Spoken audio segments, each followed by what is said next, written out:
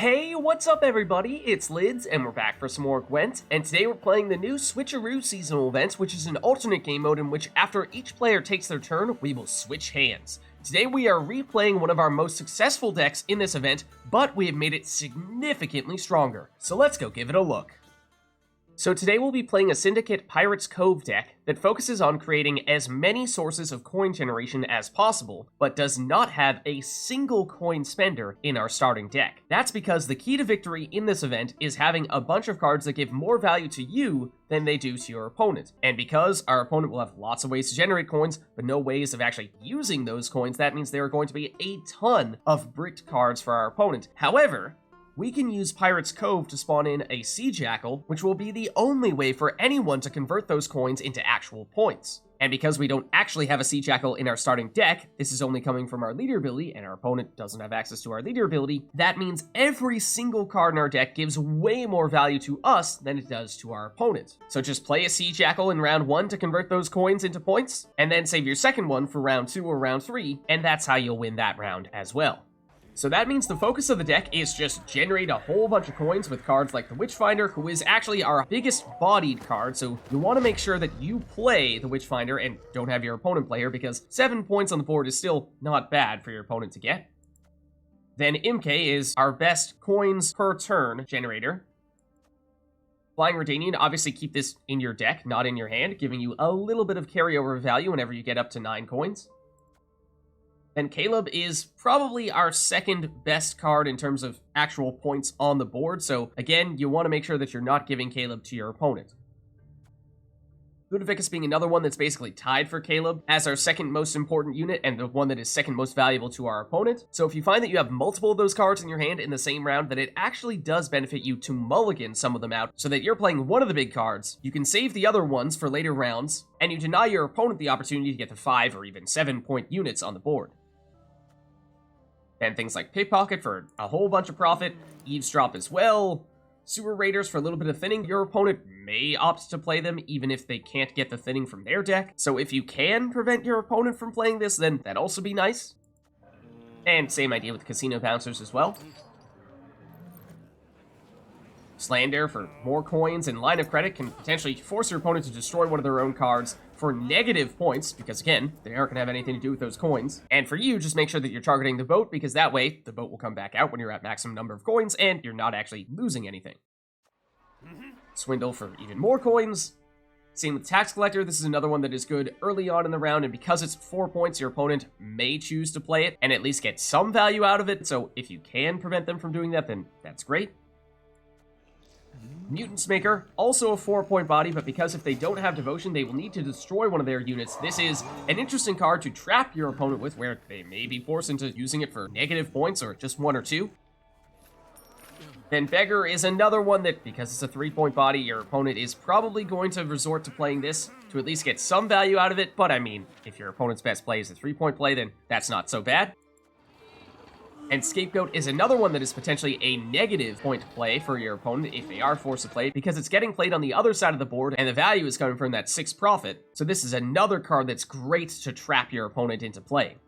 Then if you're on blue coin and you have your stratagem, you can use Curse Scroll to swap out one of your opponent's best cards and replace it with one of your cards that either is really good, or may not be one of the better cards for you to play, but would force your opponent to play something for negative points.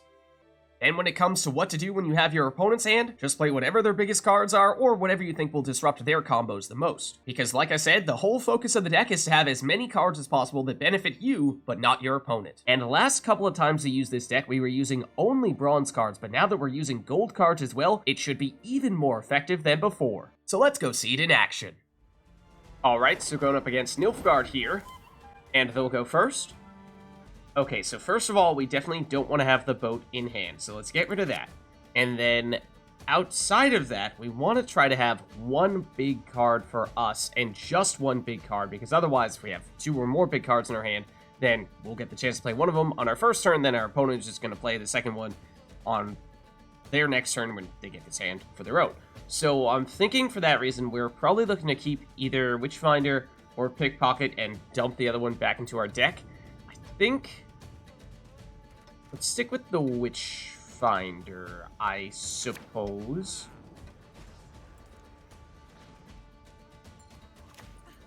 Okay, they'll start with the Arcane Tome.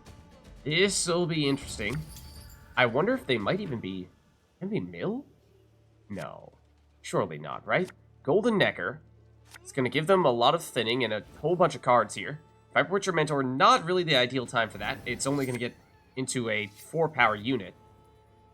Armory will give them more points. And then Siri Nova, which does have resilience. So it's, yes, still a very big point slam, but we have Arcane Tome here, which we can use to help power ourselves up. So I'm thinking we still go Witchfinder. And obviously we're going to use Arcane Tome. The question is, take a look here, what we're going to want to do with... Probably a good thing that we kept Pickpocket in our graveyard, or rather in our deck, so we can play that. But we may even want to go Slander first. We don't know what they're going to have in their hand.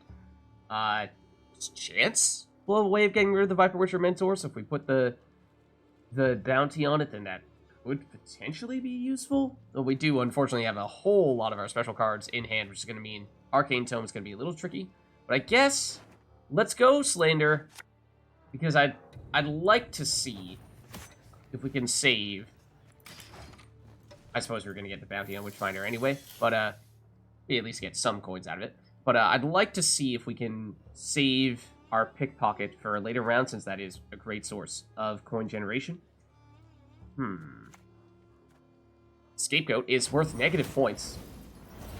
That was not really the card they would have liked to have played. We're going to go Bribery, though, so yeah, it's looking like, based on what we're seeing here, it is pretty much a pure Assimilate deck. Imke. We'll give them coins, but they're not going to have a way to spend those coins, not unless they... Well, actually, I mean, we don't even have a Sea Jackal in their starting deck anyway, so that means Imperial Diplomacy might actually be the most dangerous card that they have here. That, or maybe if they play a special card from our faction, from our graveyard, we're only going to have things that generate coins, and that's not really going to help them either. So this is likely to give us a unit. I think we might want to go with the Assimilate engine first. And I may deliberately not use Arcane Tome, because the only special card in our deck right now is Pickpocket. As I was saying, I think we'd like to save that. I mean, again, there's always that chance that we're not going to get it. That is possible. But I think it will be an important card for us if we can get it in the future round. So yeah, they really should have played Sewer Raiders. They don't want to go Mutants Maker because they do not have Devotion, so they're going to be forced into destroying a very powerful card at this point. Okay, Lydia was a card that we were thinking we would have liked to have had. Going for the boost and the Veil, though.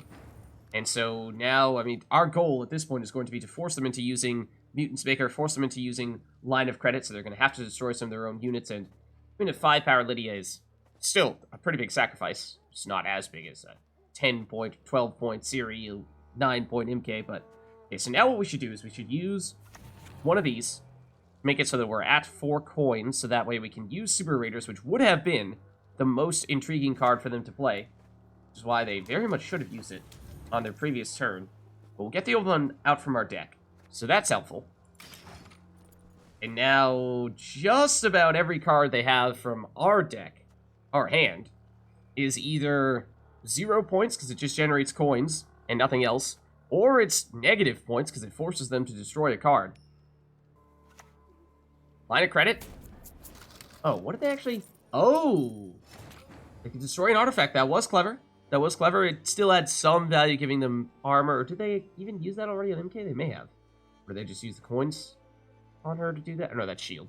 So yeah, I guess, yeah, solid workaround, but again, they don't benefit at all from the coins, so it's just a 0-point play. So I think now we're looking to go Imperial Diplomacy, because although it may not be worth the most points for us, what it does do is it does make it so that we can prevent them from getting spenders, which is of course our primary goal. I think that's still the plan. Yeah. And then Cosimo would also be really nice in between these two. because then we can actually turn the Scapegoat into something useful for us. So here we would love to get more Assimilate. Yeah, that's probably fine. There's a chance the Alchemist could be worth more, but it's a relatively small chance. So let's stick with this. And actually double procs this Assimilate, which is great. So now, the card we would most like to play from this hand is probably Eavesdrop. Does give us a lot of coins. Okay, I'm glad they didn't play Cosimo. They probably don't want to play him, to be honest, because they have a bunch of big cards that they don't really want to convert, but that's fine. So now, I think we go Eavesdrop, because theoretically, the Prophet may not do anything for them, but what it does do is it would potentially give them the chance to get rid of one of our cards and replace it with one of their cards, helping to set them up in the future. So let's go this route, and it will get us up to the maximum coinage. We're going to put Beggar back into our deck, because this is a 3-point body that they would benefit from. So all these cards are bad for them. We'd like to keep it that way. So this will get bowed out, because we're at maximum coins. We've not yet needed to play our leader ability, although, of course, they are still in the lead. So that may be something in the cards in the future. Okay, it is... Oh, we had another Eavesdrop? I didn't even remember that we did. Oh, but they opted not to use the card from their deck. I'm a little surprised. I don't know what it was, of course. But now I'm leaning toward Cosimo. It is, of course, a bit of RNG. We don't know what we're going to get, but it will get a 6 provision cost card with Sewer Raiders. This theoretically could get worse, because it's at least a 4-point body as things currently stand. The main reason is because we can convert Scapegoat, which is right now just a 1-point body, not doing very much for us, and almost guaranteed to be something better than that if we convert with Cosimo. But then again, still very unlikely that they're going to try to do that, because they don't have any cards they particularly want to convert, given how many boosts they have right now. So maybe we go with Iris, which is 9 points, which is not bad. So ideally we'd get both Iris and Cosimo. So yeah, let's go this route, and we'll put the Vitality onto... Rather not go super tall. Yes, you obviously don't want to give it to either of these guys, because we're planning on converting them. So this is the thing, is they've had the lead for a while now, but because they only have 0 or negative point cards to make... No, I want to Cosimo. Okay, I mean, they can still convert just Lydia, which is definitely... Well, they lost points from Lydia. That was a -3. Cosimo's still a 5-point body, so on net, they gained 2 points. It's not a great play. But over the course of this round, we are going to catch them, because at this point, they're running out of options. So we'd like to stick them with the Mutants Maker.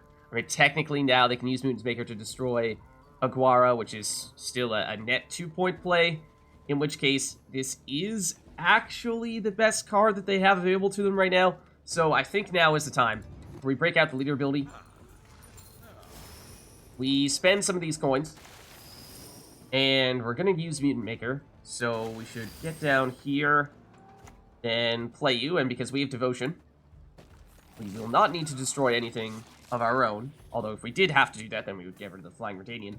And we'll save the Syndicate crowns for the moment. We don't yet need them.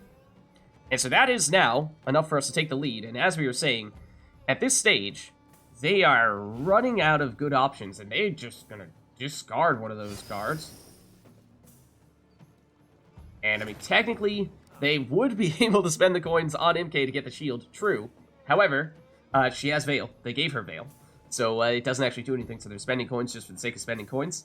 So now, 5 points, and remove lock, not a... In fact, they're just going to forfeit. They realize there is no way for them to catch us. So we'll take the win. Alright, so going up against Syndicate here, and they'll go first. So this will be particularly interesting because although we are both Syndicate, we obviously have different leader abilities. We're going Pirate's Cove, they're going Jackpot, so both of us will, of course, be looking to generate coins here. We'd like to make sure that we get a good coin-generating card, but we deny our opponents a good coin-generating card, so maybe we play Imke on our first turn, but we get rid of Caleb. Otherwise, they're definitely going to play him as soon as they get this hand. So let's dump him, and... we have just one Sewer Raiders, we do, and same with Casino Bouncers, so I think we stick with this then. And we'll see if they have Devotion with something like the Mutants Maker. We have 2 of them, so that's a good test. So normally, of course, our decks would focus on generating all this coin stuffs and make it so that, well, presumably, our opponent would not be able to benefit from those same coins. But that's not the case here. We know they don't have Devotion because they had Roach come out, so that is definitely quite helpful. They have Matic in hand. Oh, man. Alright, so they do have other spenders, though. So that means that they aren't... they will be able to use the coins that we generate from our starting deck as well, whereas usually our plan is have all these generators and we're leaning on our leader ability to be a spender.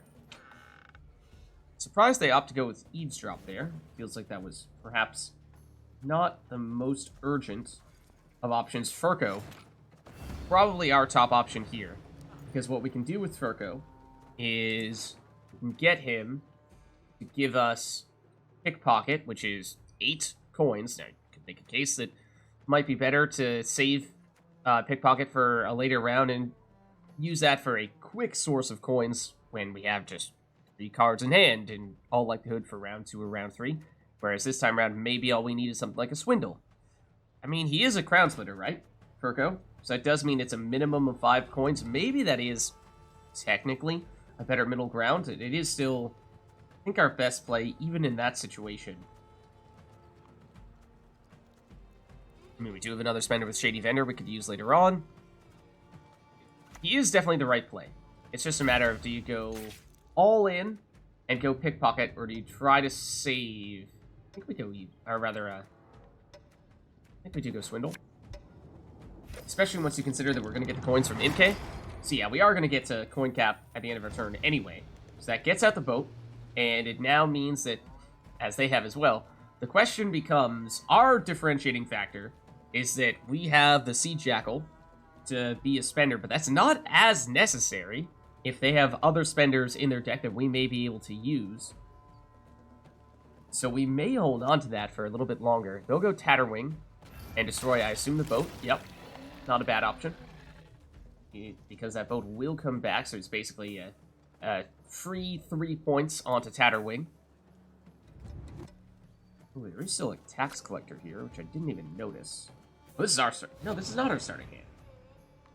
No, this is our starting hand, just they mix it up a bit with Graydon. Ooh. Okay, this is new.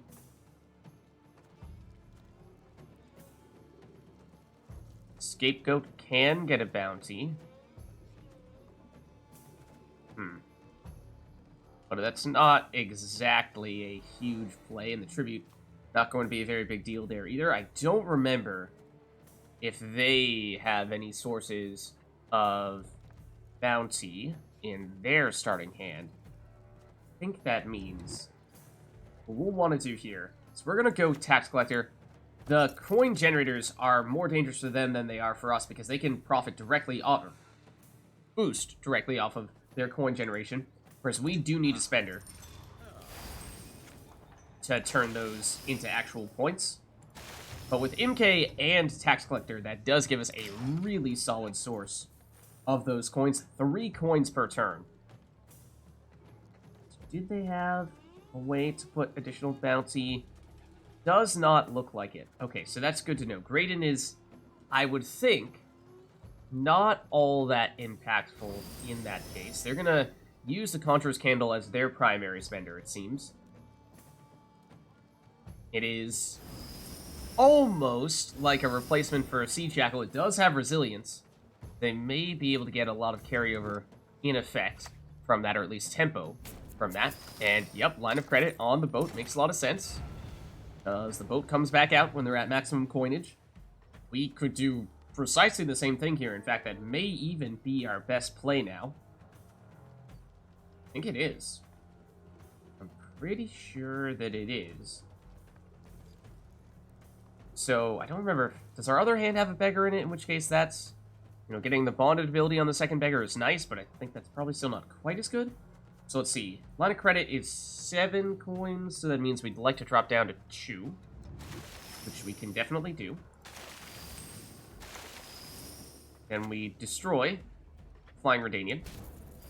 Gets us up to 9 coins, and actually we can spend at least one more round of Sea Jackal, because we're going to get 3 coins at the end of our turn from all these guys. And that means we'd be at cap. We'd actually be over-earning a little bit, which would get us the boat back out. Or we could go one more Sea Jackal boost here. Does mean we're going to be at 8 here, so we're not quite going to get the boat back out on this turn, but given how much coin generation we potentially still have waiting in the wings here, that may be possible. Yes, there are still 2 beggars, so yeah, that is what they go for. Yeah, the best play would have been if we could get double beggar. So that's what they're looking for. That's also what we're looking for. We'll probably play this beggar just to deny them the double beggar. That's probably what we'll go for. In which case, it's a profit 3. So that means, what? We want to be at 6 coins when we do this.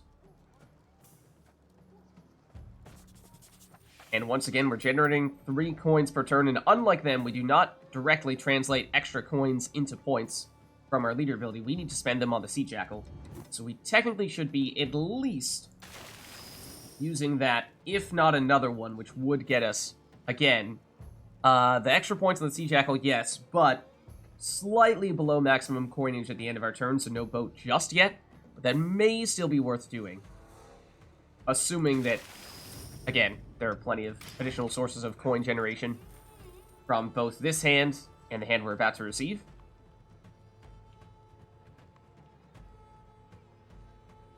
And so we are currently holding on to a 10-point lead, but the thing with the Conjurer's Candles, that's going to keep on getting increasingly more powerful. So we do need to be wary of that. They have... There's only one source of poison out here, right? Because we are obviously going to have a very tall Sea Jackal. And they don't have Devotion, but they can just destroy their boat. So that's going to come back out. Actually, not yet. They're on 8 coins, but as we've been saying for us, so much coin generation here in both hands that probably won't become much of a factor. So then 6-ish points. 6-ish points. Not enough poison to remove anything, so 4-ish points. I say ish because we can technically, conditionally, get slightly more than 1 point per coin with the Sea Jackal. So I think what we're looking to do in that case is spend this, then 3 coins gets us exactly up to 9. So why don't we... Do we have a preference between Smuggle and Shakedown? I don't really think so. I think it makes precisely 0 difference. Then we should spend again. And we keep on finding ourselves in this situation where we're either over-generating 1 coin or we're boosting up the Sea Jackal 1 additional time. And I think what we'd like to do is just load up on those Sea Jackal boosts because we know they don't have a way to get rid of it. Unless they have a surprising source of bounty? No, they shouldn't.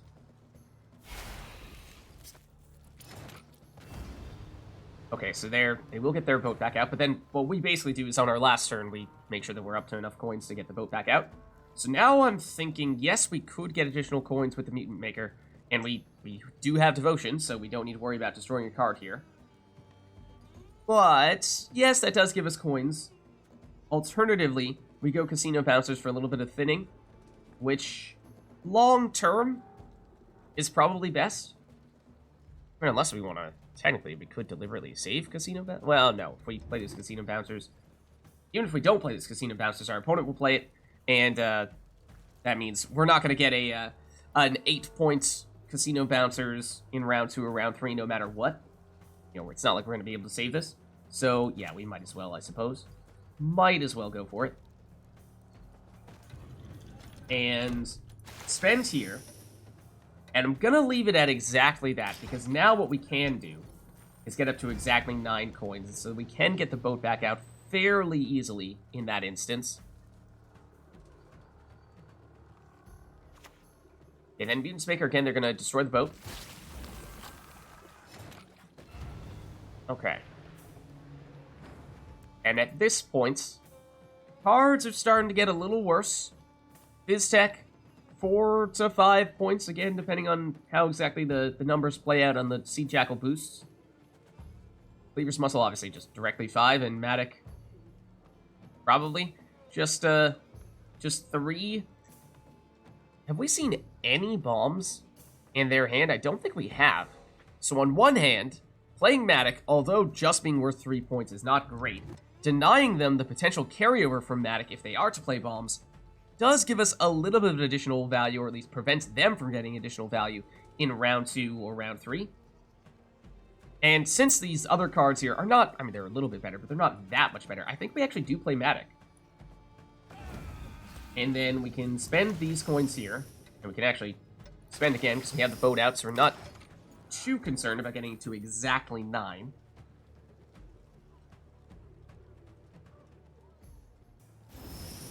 Okay, now they're using more Conjurer's Candles. So this is my primary concern, is that going into round 2, short round, they're obviously going to try to give this poison, but I think we've established there is no way for them to get enough poison to actually remove it. So don't need to be too concerned about that.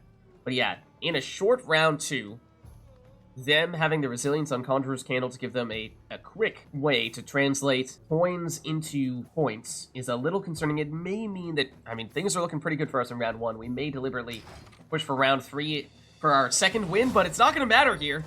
They realize they aren't going to be able to catch us, so they forfeit. Alright, so going up against Nilfgaard here, and we'll go first. Okay, so a few things. We definitely want to get rid of the boat we have in our hand. That should stay in our deck. Then we don't like having 2 Sewer Raiders. That obviously is another thing that we'd like to get out from our hand.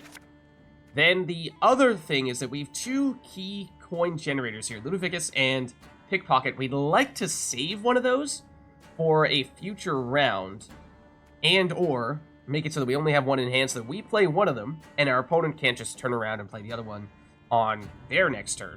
So I think we get rid of Pickpocket. And Casino Bouncers, don't think we have another one in hand right now, so that should be fine. So in that case, we play Ludovicus because we can, that way, make sure that we get the profit off of it. I mean, unless they have lock, which it's Nilfgaard, so they may. But we deny them the opportunity to steal that from us. Okay, it's Uma's Curse, so I imagine they are going to be a pure Assimilate deck, or at least primarily Assimilate deck. So they'll be able to score a lot of points. We have Roach, so we know, alright, in addition to having Uma's Curse, that they are not Devotion. Which, do we have cards that require Devotion in our hand here? Yes, with Mutants Maker, so we'd love to trap them with a Mutants Maker at the end, where they have to destroy one of their own units. That would be amazing. Leader ability that early, wow. Yeah, sorry buddy, but you're not gonna like what you see here. And Eavesdrop is going to give you coins, but you're not going to be able to use them. Ideally, Eavesdrop you would have been able to use to swap out one of our cards from one of your cards, but since you had your starting deck, that's just not even the case. Okay, notably though, there are some things here that do cause some concern. Those being the lock from Doragary, the lock from Ox, and the destruction from Geralt Professional. So, we want to... and lock from Aguara, wow. Okay, so it is actually not an Assimilate deck, it is very much a control deck. So that could make matters a bit trickier.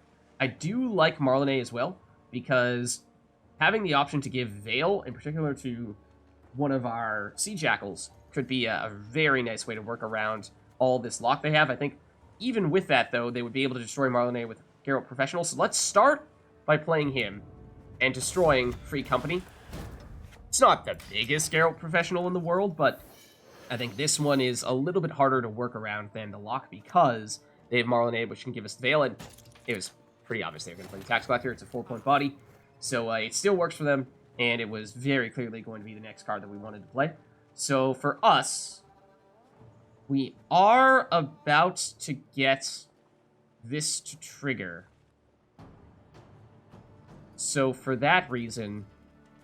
oh, also, we should probably have used Curse Scroll when we had their hand. Swap out one of those control cards for something from our deck. We can still do that next turn, but for this turn,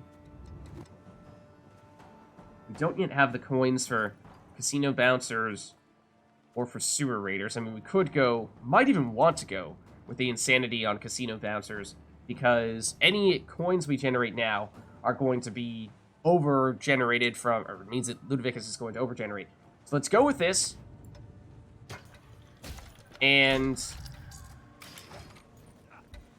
I'm doing it in part to avoid having to overgenerate coins, and because normally what you would do in that situation is you would say, okay, well, I'll just immediately use a leader ability charge, get the Sea Jackal out here. Ooh, that was very well done. That was smart. That was smart. They may be able to get some carryover from the Flying Redanian since they will have the option of getting coins from us. But now what we do is we'll swap out one of these locking cards. And the reason why I didn't just immediately go into Sea Jackal and play that, use whatever coins we generate, and then at the end of our turn get back up to 9 coins with Ludovicus is because I knew they had 1, 2, 3 sources of lock. So didn't want to immediately play a Sea Jackal only for it to get locked right off the bat. So I think what we do now is we lock something with Aguara, because that is the biggest of all the lock cards we have here. Technically, we can remove lock with it as well. Maybe we want to keep that. Go Ox. Lock you. Use Curse Scroll to put a line of credit into our hand and swap out Dorgary. Because now what this does is it forces them with line of credit to destroy one of their cards if they want to play this. Otherwise, it's it is basically a complete brick. Outside of potentially the Flying Redanian, that is another reason why that was a big deal that they were able to get that.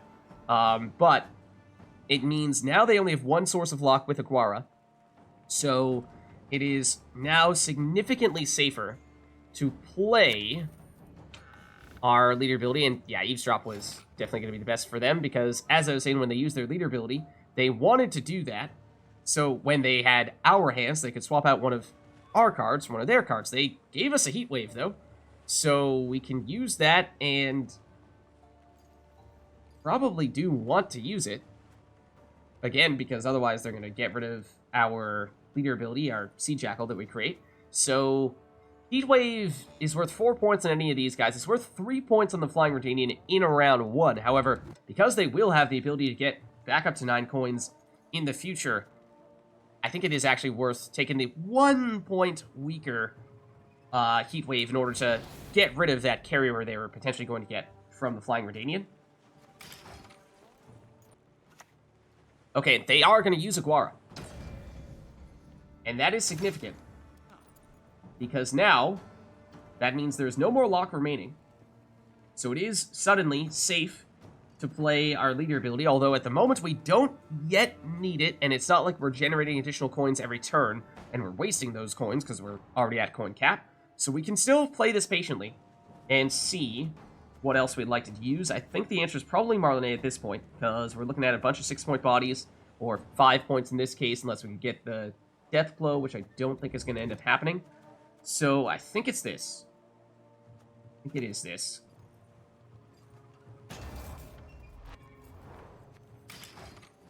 And actually, Mage Infiltrator in between these two would be a very solid play for them. Okay, Sewer Raiders was, again, going to be the card they were going to play because it's a 4-point body, and we just didn't have time to play that.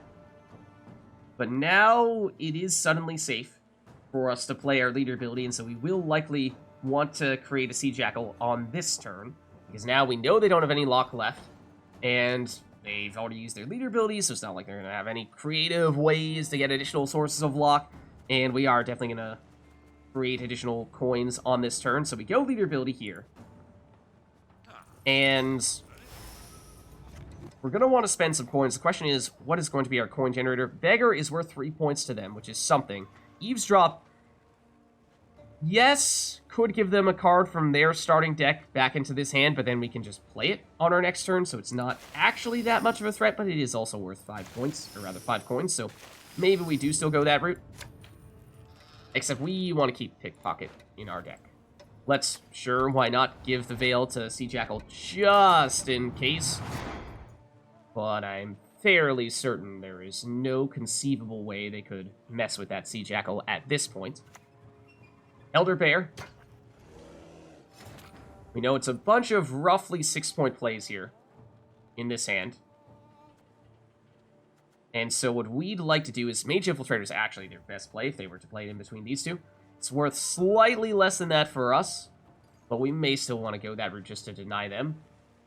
Very close to getting the Death Blow, but not quite. So, I mean, Sure.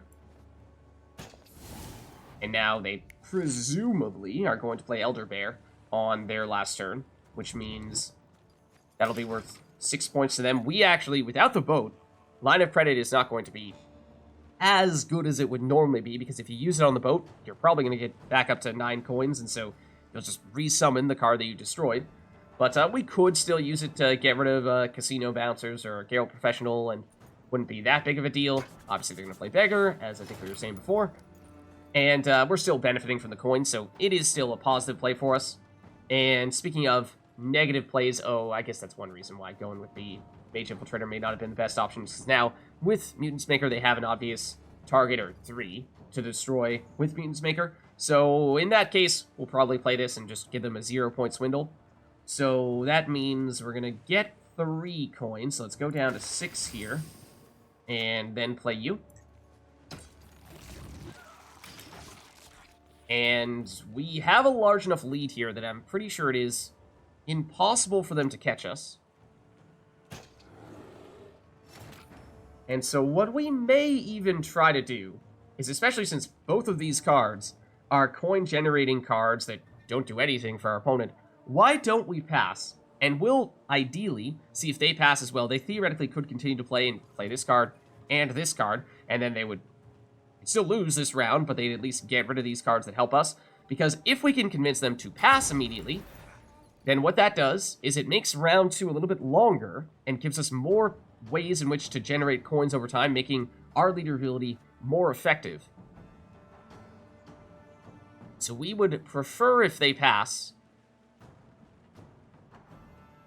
which they may do because there's no direct benefit from playing both of these cards since they don't give them any points, but there is actually a carryover effect.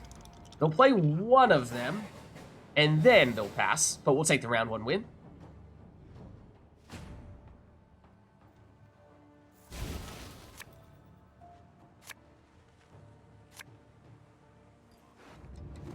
Okay, and this is in large part why we wanted to have this round go a little bit longer so that we had cards like Imke that could generate even more coins for us.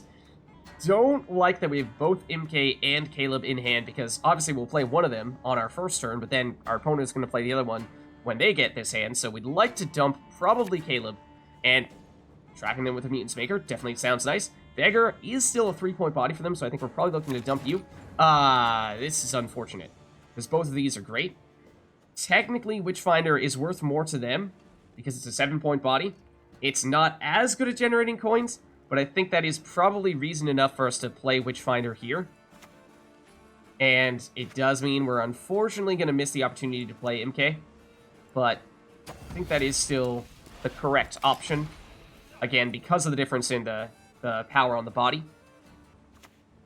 Okay, they're going to go with Geralt's Axii, which can't really reset anything right now, so it's just a 5-point body there. Ooh. Okay. Mysterious Puzzle Box is going to turn into, at this point, a 7-power Lamp Djinn, no matter who plays it, versus 5-power and Lock, which is significant, because of course that would mean they can shut down our Sea Jackal, and Iron Falcon Troubadour, definitely the weakest card in this hand right now. So the question is, do you go for the 7 points and leave open the option for them to lock our Sea Jackal, or do we deny them that locking opportunity? I mean, they're not going to have much time to lock us. I mean, we're basically going to have time to do all of our boosting regardless, so maybe we still... Oh, and tell you what, we can... No, there's no card betting anyway, right, when that happens? I was going to say, we would like to still keep the cards that are in that hand, and they realize there's just no way they can catch us here. So they will forfeit, and we'll take the win. So there's a look at a Syndicate deck for the new Switcheroo seasonal event. If you liked the video, then make sure to hit the like and subscribe button, and leave a comment down below to let me know which other cards, archetypes, and factions you'd like us to experiment with next. Thank you all for watching, and I'll catch you next time.